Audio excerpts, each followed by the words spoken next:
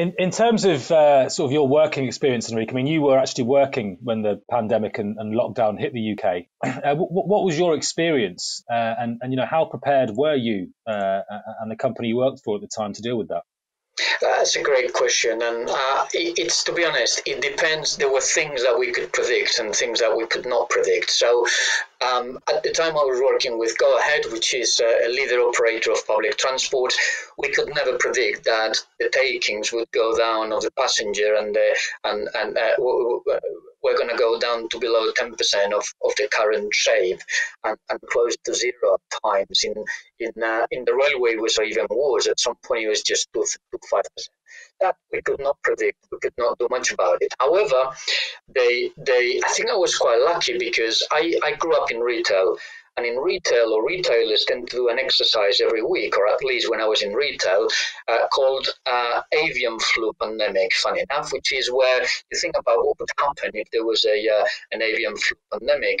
And I think that prepared me for, to prepare Go Ahead for a situation like this one. So our scenario was different. Our head office was at the heart of Westminster, funny enough, above the Conservative Party campaign headquarters. So we always assumed that there would have been, they could be at any point, they could be an alert that there was a bomb or a terrorist a threat or something, and my team could not go to the building. So through the years, I moved the organization to Office 365 in 2016, moved to the cloud as much as I could, considering the systems that we had.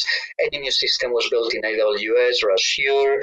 We're strengthening our VPN services, and the IT service desk was every 6 months we did an exercise by which they would work from home, just to make sure that should the worst happen and we get an alert that we cannot go to the office for a couple of days while the police sorts the problem, people could work from home. So for us, it was pretty much overnight. We could have people working from home.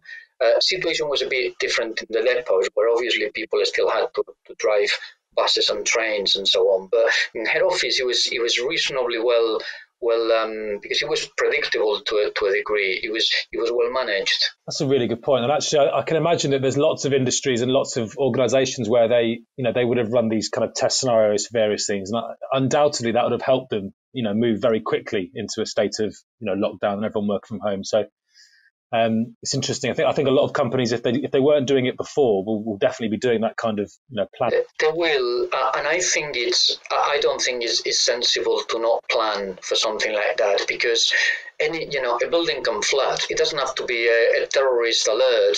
A building can flood. The roof can collapse. That happens everywhere in the world every day. Incidents of we had a flood actually one day in our call center up in Newcastle, and we had to let people work from home for a couple of days while the plumbers fixed the problem. So I think it's people should have planned for not for this size of emergency, but for the emergency of not being able to work at the office. I would hazard a guess that you're quite unique in that approach, in that forward thinking, to be able to prepare your teams to have the ability to work from home. Because my understanding is, for the vast majority of industries, this was very unique. The shift from 9 till 5 in the office, 5 days a week, to being fully remote was something that came as a shock for most industries. Do you think that? Do you find that you were in a unique position?